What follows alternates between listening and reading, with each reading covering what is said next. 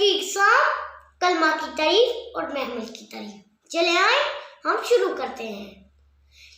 तो प्यारे साथियों, लफ्ज की दो इकसाम होती हैं। कलमा पहला है कलमा। अब मैं आपको कलमा की तारीफ सुनाऊंगा। वो लफ्ज जिसका कोई मानी हो, यानी जैसे कि खाना वाना। वाना का कोई मानी नहीं है, खाना का है। मैं खाना खा रहा हूँ। जैसे कि रोटी वोटी, वो रोटी खा रहा है, रोटी का कोई मानी नहीं होगा। दाना वाना, मैं कबूतर को दाना खिला रहा हूँ, वाना का कोई मानी नहीं होगा। ऐसे अब मैं आपको महमल की तारीफ सुनाऊंगा। वो लफ्ज जिसका कोई मानी ना हो।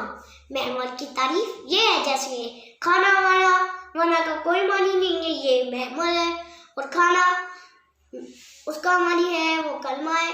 मैं खाना खा रहा हूँ, वो खाना खा रहा है। और रोटी वोटी, वोटी का कोई मानी नहीं है, ये महमल है। टी का मानी है, इसलिए वो कलमा है। जैसे कि वो रोटी खा रहा है। दाना वाना, वाना का कोई मानी नहीं है, दाना का तो है। मैं कबूतर को दाना खिला रहा हूँ।